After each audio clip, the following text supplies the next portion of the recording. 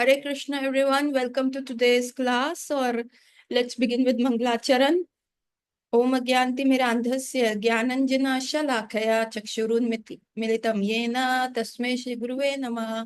नमो विष्णुपादाय कृष्णपृष्ठाय भूतले श्रीमते भक्तिवेदान्ता स्वामी इति नामिने नामस्ते सरस्वते देवे गौरवाणी प्रचारिणी निर्विशेष शून्यवादी पाश्चात्य देशतारिणी। जय श्री कृष्ण चैतन्य प्रभु नित्यानंद श्री अद्वैत गदाधार शिवासादि गौर भक्त वृंद। हरे कृष्णा कृष्ण कृष्णा हरे हरे, हरे राम राम राम हरे हरे। वाञ्छा कल्पतरुभ्यश्च कृपा सिन्धुव एव च पतितानां पावनेभ्यो वैष्णवेभ्यो नमो नमः। आप सबका स्वागत है आज की क्लास में। और जैसे कि हमारा लिंक चल रहा है कि लिविंग गुरु और दीक्षा क्या है, और इस्कॉन डिसाइपल कोर्स हम कर रहे हैं, तो पढ़ते हैं आगे, है ना, हम जो पढ़ रहे थे। अब गुरु परंपरा की पद्धति क्या है। आप सीधे उच्च स्तरीय गुरु तक छलांग नहीं लगा सकते, अतः यदि आप भगवत गीता को समझना चाहते हैं तो आपको उसी व्यक्ति से समझना होगा जिससे स्वयं साक्षात भगवान से सुनी हुए। ये कहलाती है परंपरा पद्धति। मान लीजिए यदि मैं अपने गुरु से कुछ सुना है और मैं यथारूप आपसे वही बात कहता हूँ, यही परंपरा पद्धति है। मतलब again, no addition, no subtraction, no multiplication, no division. जो आपने अपने गुरु से सुना, आपने वही आगे बोलना है। ठीक है। मेरे गुरु ने क्या कहा इसकी आप कल्पना नहीं कर सकते, अथवा कुछ पुस्तकें पढ़कर भी आपको नहीं समझ सकते। जब तक आप वे समझ जब तक आप वे मुझसे ना समझ लेंगे। इसे परंपरा पद्धति कहते हैं। आप अगले आचार्य, तत्कालीन आचार्य की उपेक्षा करते हुए सीधा उच्च स्तरीय गुरु की ओर छलांग नहीं लगा सकते। तो यहाँ पे ये बहुत इंपॉर्टेंट स्टेटमेंट है जहाँ वो ऋत्विकवाद को मना किया जा रहा है कि आप जो परंपरा है उसको वो चेन ब्रेक करके उच्च स्तरीय आचार्य तक नहीं जा सकते। तो ऋत्विक्स क्या करते हैं, ऋत्विक क्या कर रहे हैं, सीधा शिला प्रभुपाद से दीक्षा दिलाने की बात कर रहे हैं। और यहाँ पे देखिए, ये श्रीमद् भागवतम में प्रभुपाद ने प्रवचन में दिया, ये लॉस एंजलिस में दिसंबर में दिया हुआ प्रवचन है। और उसमें शिला प्रभुपाद ने स्पष्ट रूप से कहा है कि आपको जो आपसे ऊपर आचार्य है उन्हीं को अप्रोच करना है। जैसे मैंने आपको गुरु परंपरा समझाई थी, आप बीच के आचार्य को छोड़ के सीधा उच्च स्तरीय आचार्य तक आप छलांग नहीं लगा सकते। श्री कृष्ण की ओर सीधा पहुंचने के लिए छलांग ना लगाएं, ये व्यर्थ प्रयास है। तो मेरे से किसी ने पूछा था कि ऋत्विक्स का आगे डेस्टिनेशन क्या होगा, तो यहाँ श्रीला प्रभुपाद ने ये रोम में मई में श्रीमद् भागवतम के प्रवचन में श्रीला प्रभुपाद ने कहा था कि यदि आप कृष्ण की ओर सीधा छलांग लगाते हैं तो फिर आपको प्रभुपाद से भी दीक्षा क्या लेनी है, आप सीधा चैतन्य महाप्रभु से ले लीजिए, जो ऋत्विक्स कह रहे हैं। तो इसको क्या कहते हैं, ये व्यर्थ प्रयास है। ये बिल्कुल मतलब इट्स लाइक कि आप फालतू में मेहनत कर रहे हैं जिसका कोई रिजल्ट नहीं आएगा। सबसे पहले आपके आध्यात्मिक गुरु, फिर उनके गुरु, फिर उनके गुरु, फिर उनके गुरु अतः श्री कृष्ण। चेन क्या है, पहले आपके आध्यात्मिक गुरु, जैसे मेरे हैं परम पूज्य जयप्रताका स्वामी गुरु महाराज, उनके ऊपर शिला प्रभुपाद, उनके ऊपर परम पूज्य भक्ति सिद्धांत सरस्वती ठाकुर महाराज, उनके ऊपर गौर किशोर दास बाबा जी महाराज, उनके ऊपर भक्ति विनोद ठाकुर महाराज, उनके ऊपर जगन्नाथ दास बाबा जी महाराज। तो दिस इज व्हाट, क्या एक गुरु से ऊपर ऊपर ऊपर ऊपर ऐसे फिर हम पहुंच जाएंगे षट गोस्वामी से Chaitanya Mahaprabhu. So this is the entire line ना, आप ऐसे बीच में कोई भी स्किप नहीं कर सकते। यही यही उचित विधि है। श्री कृष्ण को सीधा छलांग लगाकर प्राप्त करने का प्रयत्न ना करें। इसके पीछे मैंने आपको एक एग्जाम्पल दिया था ना, जब आप यहाँ से बैठ के सितारे देख रहे हैं, लाइक टेलीस्कोप जो होता है, और आप उसको मून या स्टार्स या डिफरेंट प्लैनेट्स जो है आप जो धरती से दिख सकते हैं, तो वो टेलीस्कोप में क्या होता है, डिफरेंट लेंसेज लगते हैं ताकि आपका जो, सपोज करो आप मून देख रहे हो और मून के अंदर क्रेटर्स है, छेद है, गड्ढे हैं, क्रेटर्स कहते हैं उनको। और आपको उनको अभी हम अपनी नंगी आंखों से मून को देखेंगे तो हमें नहीं दिखेगा, हमें क्या लगेगा कि एक गोलाकार सफेद रंग का कुछ है आसमान में। लेकिन जब हम टेलीस्कोप से देखते हैं तो उसमें क्या होता है, मल्टीपल लेंसेज होते हैं और हम मून को स्पष्ट रूप से देख सकते हैं। तो उसी प्रकार से यदि हम छलांग लगाते हैं, छलांग लगाने का मतलब क्या है, अपनी आंखों से मून को देखना। अभी जब महाभारत का युद्ध हो रहा था तो भगवान ने अपना विश्व रूप दिखाया था। तो अर्जुन नहीं देख पा रहा था, तो भगवान ने उसको दिव्य दृष्टि दी कि तुम अब देखो, अब तुम्हें दिखेगा। तो उसी प्रकार से ये दिव्य दृष्टि ठाकुर जी को देखने के लिए हमारी गुरु परंपरा हमें देती है। नहीं तो अपने दिमाग से तो हम नहीं देख पाएंगे। इवन धृतराष्ट्र को भी भगवान जब संधि का समाचार लेके दुर्योधन की सभा में गए थे, उस समय भी जब दुर्योधन ने उनको पकड़ लिया था रस्सियों से, तो कृष्ण कहते तुम मुझे रस्सियों से पकड़ोगे। एंड उन्होंने अपना विश्व रूप दिखाया था। उस समय धृतराष्ट्र को भी वो विजन दिया गया था और धृतराष्ट्र ने भी देखा था। तो अभी हम जब तक हमारे पास ज्ञान चक्षु नहीं होंगे तो हम ठाकुर जी को नहीं देख पाएंगे। हम क्या देखेंगे, अरे बहुत सुंदर मूर्ति है, कितना अच्छा श्रृंगार है, कितने अच्छे आभूषण रखे हुए हैं, कितना अच्छा ये सारी चीजें करी हुई हैं।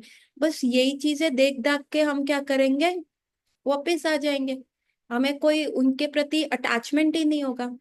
अभी यहाँ पे लोगों के प्रति अटैचमेंट होना, आपको अपनी बीवी के प्रति या पति के प्रति या अपने फ्रेंड्स के प्रति वो अटैचमेंट लाना बहुत मुश्किल हो जाता है। और यहाँ तो हम विग्रह की बात कर रहे हैं, है ना। पहला तो प्रश्न आता है कि ये लिविंग है नॉन लिविंग है, इनमें ठाकुर जी है कि नहीं है। तो जब तक ज्ञान चक्षु नहीं आएंगे तब तक वो लीप ऑफ फेथ नहीं आएगा, तब तक हम निष्ठा के स्तर पे नहीं जाएंगे, तब तक रुचि नहीं आएगी। तो हम क्या आएंगे, घूमते रहेंगे। इसी प्रकार से टेलीस्कोप में बहुत सारे लेंसेस लगाए जाते हैं। वो लेंसेस क्या है, वो गुरु परंपरा है। हमारी आंखें और बहुत सारे लेंसेस लगाए जाते हैं। तो वो क्या है, ये गुरु परंपरा है। और जब आप वो टेलीस्कोप से देख पाते हैं तो आपको पूरा जो मून है वो बहुत सुंदर दिखता है, उसके फाइन थिंग्स दिखते हैं। वैसे ही हम जब गुरु परंपरा के थ्रू ज्ञान चक्षु खोल के भगवान को देखते हैं तो फिर वो हमें विग्रह नहीं दिखते। जैसे चैतन्य महाप्रभु कहते थे, विग्रह नहीं साक्षात ब्रजेंद्र नंदन। आपको वो फिर कृष्ण दिखेंगे एक्चुअल में गोलोक वृंदावन। तो यही उचित विधि है, श्री कृष्ण को सीधा छलांग लगाकर प्राप्त करने का प्रयत्न ना करें, ये व्यर्थ है। जैसे आपको ये ज्ञान परंपरा पद्धति के द्वारा कई चरणों में मिली है, इसी प्रकार से हमें श्री कृष्ण की ओर ऐसे ही चरणों के माध्यम से अग्रसर होना चाहिए। हमें चरणों के माध्यम से मतलब हमें गुरुओं की सेवा करके, वैष्णवों की सेवा करके, अपने शिक्षा गुरु की, अपने दीक्षा गुरु के इंस्ट्रक्शंस और उनकी सेवा पालन करते हुए ये सारे जो है ये लेंसेस का काम करेंगे। और तभी हम ठाकुर जी के जो है दर्शन कर पाएंगे। व्यक्ति को एक वैष्णव गुरु स्वीकारना चाहिए, व्यक्ति को एक वैष्णव गुरु स्वीकारना चाहिए। आपको गुरु एज की मतलब ट्रेंड चल रहा है, सब गुरु बना रहे हैं, ऐसे गुरु नहीं करना चाहिए। आपको वैष्णव गुरु बोनाफाइड परंपरा में, बोनाफाइड जो गुरु शिष्य परंपरा है, एक बोनाफाइड गुरु को आपको स्वीकारना चाहिए। केवल पुस्तकें पढ़ने के माध्यम से ही नहीं, किसी को अहंकार वश ये नहीं सोचना चाहिए कि उसने पुस्तकें पढ़कर ही भगवान की प्रेममयी सेवा प्राप्त कर ली है। नहीं, अभी पता है क्या होता है, अभी यहाँ लिखा हुआ है कि पुस्तकों की हम प्रभुपाद की बुक्स पढ़ लेते हैं उसके बाद तो हमारी सेवा आ जाएगी। नहीं, ऐसा नहीं होता। क्या होता है कि कई बार हम, जैसे आप लोगों के भी फेवरेट स्पीकर्स होंगे, आपके गुरुज होंगे, भक्ति आश्रय स्वामी महाराज होंगे, अमरेंद्र प्रभु होंगे, बहुत सारे ऐसे गुरु है, चैतन्य चरण प्रभु जी हैं।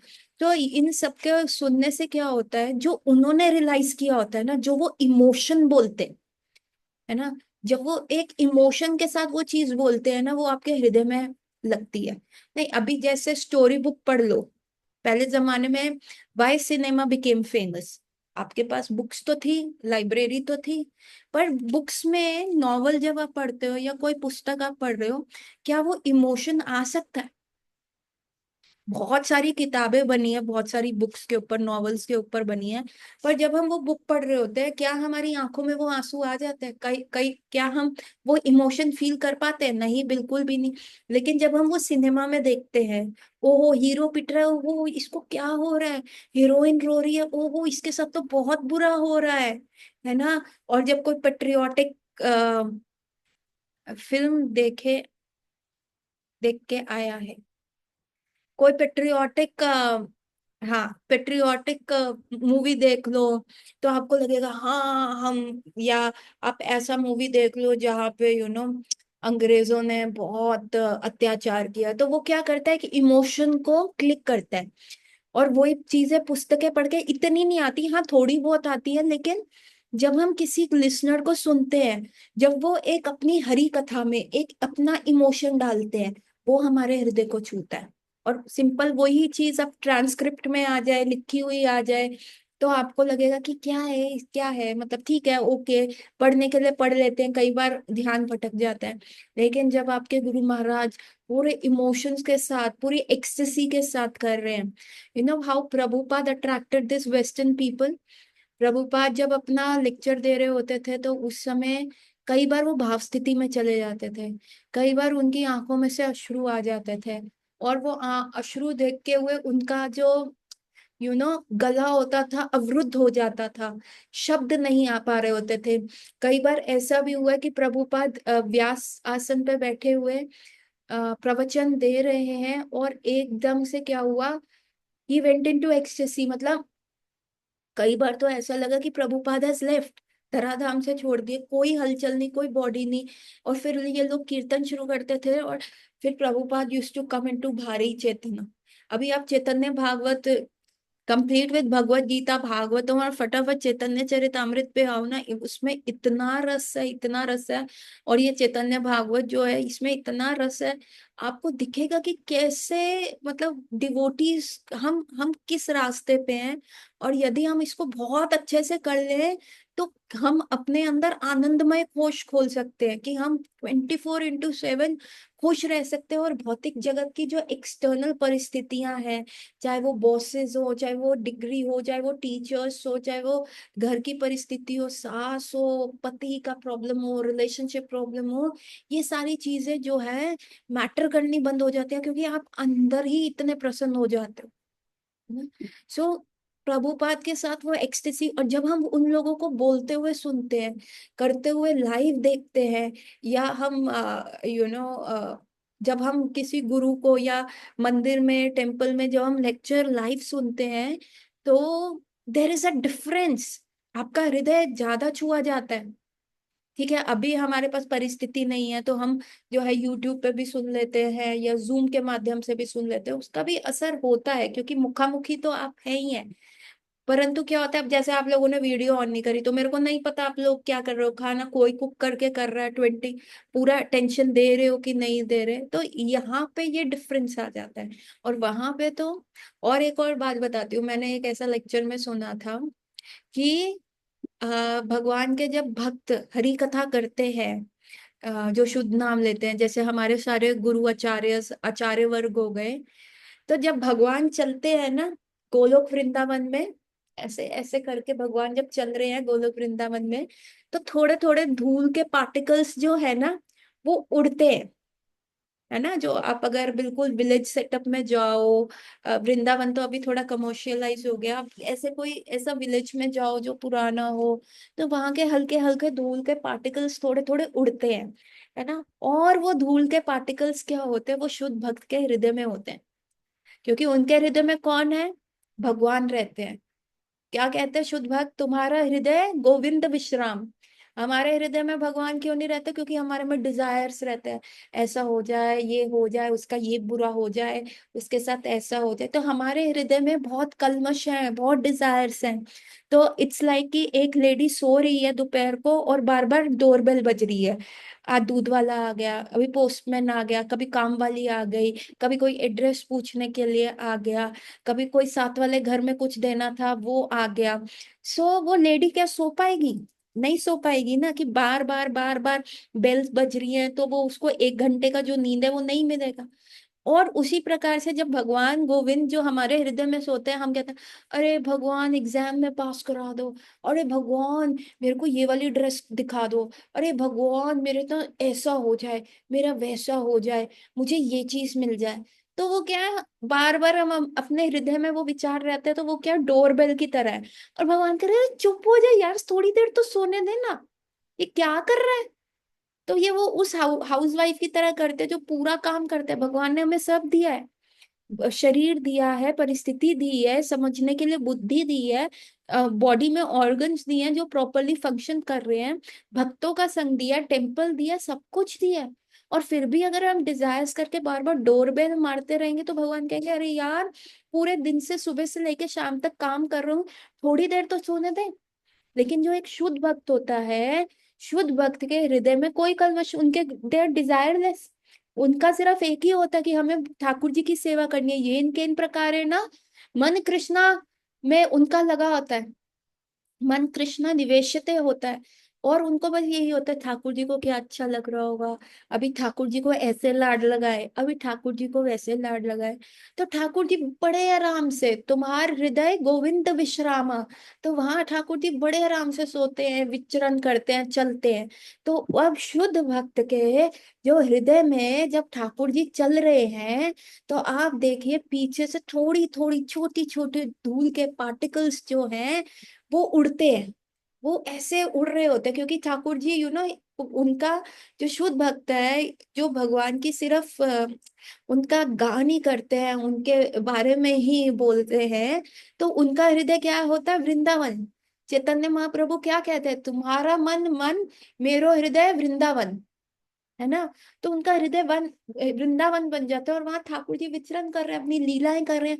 और जब वो भाग रहे हैं, चल रहे हैं, गोचरण कर रहे हैं, अपने मधुमंगल के पीछे भाग रहे हैं, ललिता सखी के साथ वाद विवाद कर रहे हैं, राधा रानी के साथ प्रेम निकुंजों में बैठे हुए हैं, तो चलते हैं, गोवर्धन पे चल रहे हैं, तो उनके पैरों में से छोटे छोटे धूल के पार्टिकल्स आ रहे हैं, उछल रहे हैं।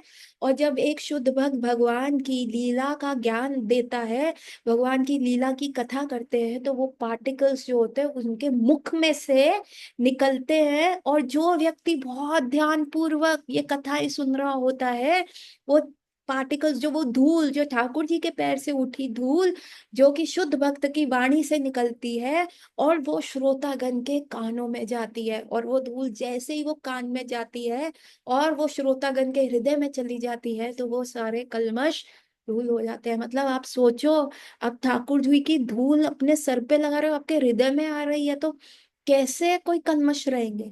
अभी एक पेड़ है जिसके ऊपर बहुत सारे कौवे बैठे हैं, बहुत सारी चिड़िया कौवे बैठे हैं, और आप उस पेड़ के नीचे जाके यूं भोपू बजा दो या सिर्फ ताली बजा दो, तो क्या होंगे, वो सारे पक्षी उड़ जाएंगे, है ना। तो वही शुद्ध भक्त के जो हम वाणी सुनते हैं, वो क्या करते हैं, वो उस ताली के समान है, वो हरे कृष्ण महामंत्र क्या है, वो उन ताली के समान है, जो हमारे हृदय में हृदय रूपे पेड़ के ऊपर बैठे हुए जो इतने सारे अनर्थ के पक्षी हैं, जो वहां पे घोंसला बनाए बैठे हुए हैं।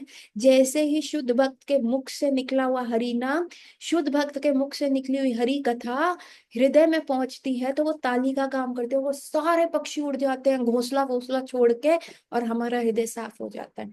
अभी शुद्ध भक्त नहीं तो ऐसे भक्त भी जो कथा सुनते हैं, उनका मोस्ट ऑफ द टाइम कीर्तन में जा रहा है, मोस्ट ऑफ द टाइम जो है हरि का भजन करने में जा रहा है, जो अपने इमोशंस उसमें इन्वेस्ट करते हैं, तो आप देखोगे कि आपके हृदय में चेंज आएगा ही आएगा। आप जैसे जैसे लोगों का संग करते हो, आपका हृदय जो है वो शुद्ध होता रहता है। तो अगर किताबें पढ़ते हैं तो हमें लगता है अहंकार आ जाता है। अगर आप एकाकी भजन करते हैं, अकेले भजन करते हैं, वन में जाके करते हैं, सी गृहस्थ आश्रम में मोस्ट ऑफ अस जो है अभी गृहस्थ आश्रम में, मैं जैसे गृहस्थ में, एंड मोस्ट ऑफ यू भी क्या है गृहस्थ आश्रम में जाओगे, बहुत कम है कि ब्रह्मचार्य आश्रम में होगा। तो जब गृहस्थ आश्रम में जाते हैं तो it works as a team, आपको एक टीम वर्क करना है। क्यों क्यों फिर वो आपको भगवान जो है ठाकुर जी क्या कर रहे हैं, आपको भक्तों का संग घर में दे रहे हैं। और वो जब आपकी एक टीम बन जाती है ना, तो टीम जो है बहुत आगे पहुंच जाती है। लेकिन यदि आप अकेले भजन करते हो, नहीं नहीं मेरे को एकदम खाली रूम दे दो, अभी मेरा भजन का माला का समय है, कोई इस रूम में नहीं आए, अरे मैं किताबें पढ़ रहा हूँ, मैं ये कर रहा हूँ अकेले, तो यदि एकाकी भजन करते हैं तो उसमें क्या होता है, अहंकार की वृद्धि होती है। मैंने तो ये किया, मैंने तो वो किया। और इस चीज को भक्ति सिद्धांत सरस्वती ठाकुर महाराज ने बहुत क्वेश्चन कहा था। उन्होंने एक बुक लिखी थी, वैष्णव के करके बुक लिखी है। उसमें प्रॉपर ये लिखा है कि यदि एकांती भजन किया जाए तो कलयुग में स्पेसिफिकली, तो आपका अहंकार में वृद्धि हो जाती है और आपको लगता है आपसे अच्छा शुद्ध भक्त है नहीं।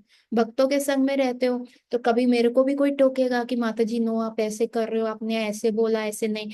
तो क्या होता है, समझ आता है कि हाँ भैया ये गलत हो गया, हमें आगे ऐसे नहीं करना चाहिए।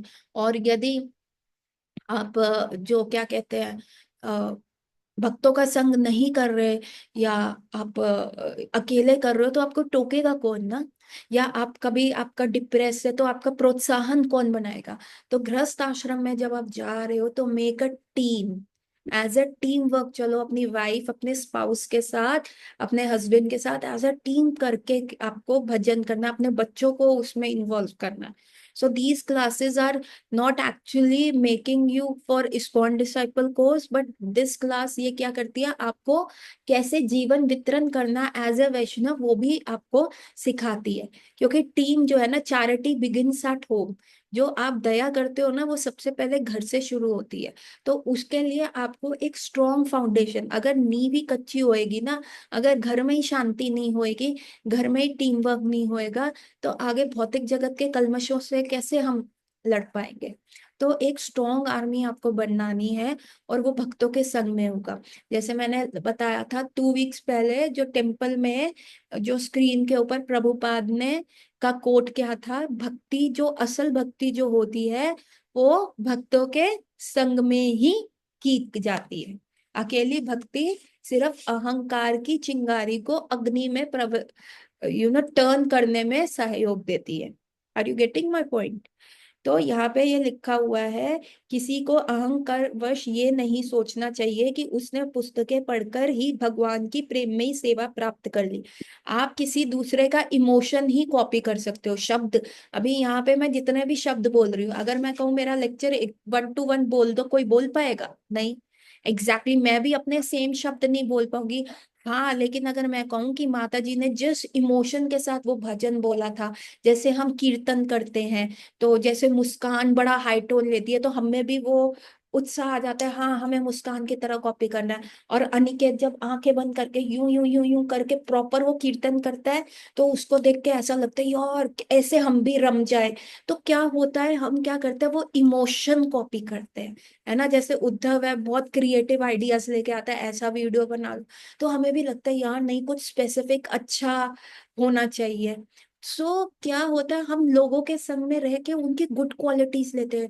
यार नहीं, मैं तो अभी ना बहुत कम हूँ, मेरे में तो ये चीज नहीं है, मुझे ऐसा करना है। तो हम क्या करते हैं, जो उनका भक्ति का इमोशन है वो कॉपी करते हैं। और भक्ति का इमोशन कॉपी करने का मतलब है कि आप उनका भाव कॉपी कर रहे हो, कि नहीं मुझे भी इस भाव पे जाना है, मुझे भी ऐसे करना है।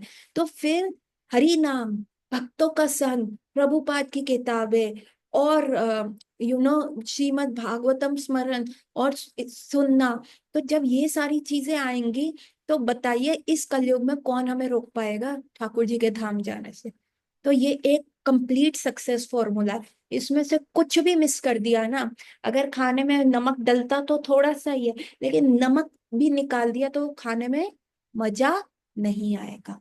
तो इसीलिए ये जो पूरा पूरा जो कॉम्बिनेशन सक्सेस का दिया है, इसको हमें A to Z, वैसे जो रेसिपी दी हुई है उसमें से हम एक भी स्टेप जो है मिस नहीं कर सकते। ठीक है। अ, उसे एक वैष्णव गुरु को स्वीकार करना चाहिए, और फिर प्रश्न उत्तर के माध्यम से, आपको प्रश्न करना है के माध्यम से क्रमशः सीखना चाहिए कि श्री कृष्ण की सिद्ध भक्तिमय सेवा क्या है।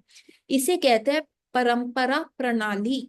ठीक है। जैसे आज अनिकेत ने बहुत सुंदर मेरे को वो 5 पॉइंटर्स भेजे हैं।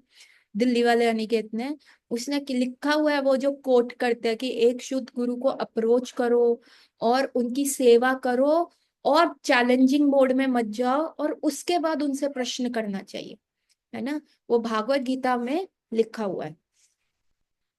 जिन शिष्यों को मैं दीक्षा दे रहा हूँ भविष्य में आध्यात्मिक गुरु होंगे।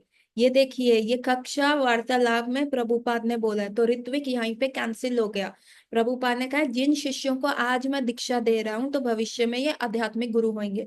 तो आप में से भी कई लोग जो है इतने हो सकते हैं कि आप लोग भी आध्यात्मिक गुरु बन सकते हैं, द बॉयज बेसिकली।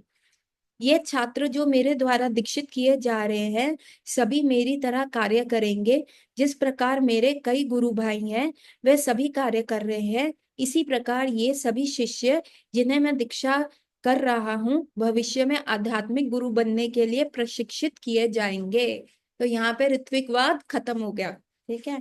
मैं अपने शिष्यों को प्रामाणिक गुरु बनाना बनता देखना चाहता हूँ। मैं, प्रभुपाद कह रहे हैं, मैं अपने शिष्यों को गुरु बनना देखता जा रहा हूँ। तो ऋत्विक नहीं है कि जो बैंगलोर में चल रहा है कि प्रभुपाद से आप दीक्षा ले। यहाँ ये तुष्ट कृष्णा को लिखे हुए पत्र में श्रीला प्रभुपाद ने कहा मैं अपने शिष्यों को प्रामाणिक गुरु बनता। सो ये जो सारे जो आपका इस्कॉन डिसाइपल पोस्ट का क्वेश्चन आएंगे तो ये सारी चीजें आपको याद होनी चाहिए, ये कोट आपको याद होने चाहिए कि प्रभुपाद ने बोला है कि लिविंग गुरु क्यों जरूरी है। तो मैं अपने शिष्यों को प्रामाणिक गुरु बनता देखना चाहता हूँ। मैं अपने शिष्यों को प्रामाणिक गुरु बनकर श्री कृष्ण भावामृत का व्यापक प्रचार करते देखना चाहता हूँ। इससे मैं स्वयं और भगवान श्री कृष्ण भी बहुत प्रसन्न होंगे। यदि अत्यंत कठोर अनुशासन पूर्वक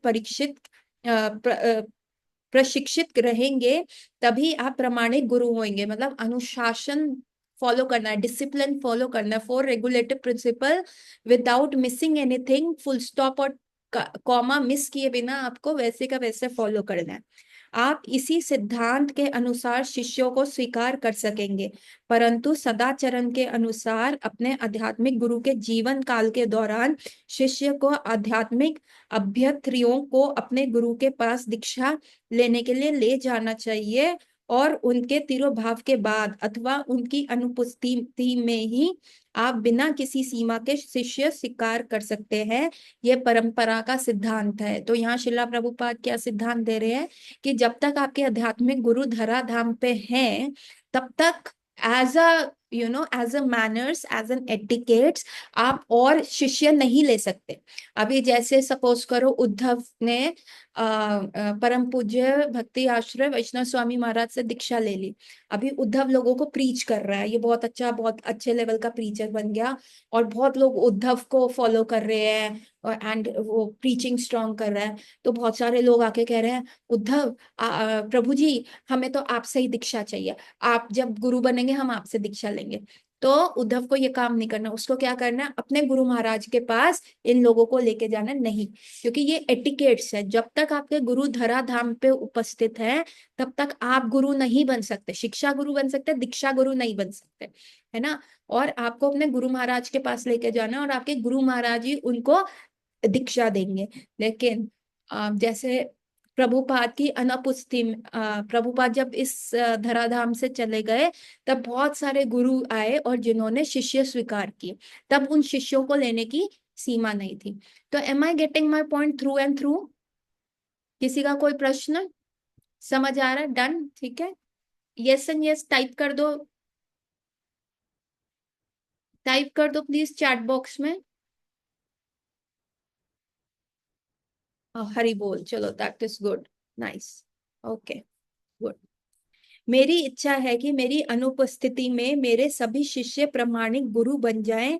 जो भी व्यक्ति एक प्रामाणिक प्रतिनिधि के निर्देश अनुसार भगवान श्री चैतन्य महाप्रभु की आज्ञा का पालन करता है वह आध्यात्मिक गुरु बन सकता है। और मेरी ये मनोकामना है कि मेरी अनुपस्थिति में मेरे सभी शिष्य कृष्ण भावामृत को संपूर्ण विश्व में फैलाने हेतु प्रामाणिक गुरु बन जाए। तो प्रभुपाद ने शिष्य नहीं बनाए, शिला प्रभुपाद ने गुरु बनाए। तो यहाँ पे ऋत्विकवाद का प्रॉपर खंडन हो रहा है और ये प्रभुपाद ने मधुसूदन को पत्र लिखा था, उसमें कहा था। तो please join another link, it's less than a minute.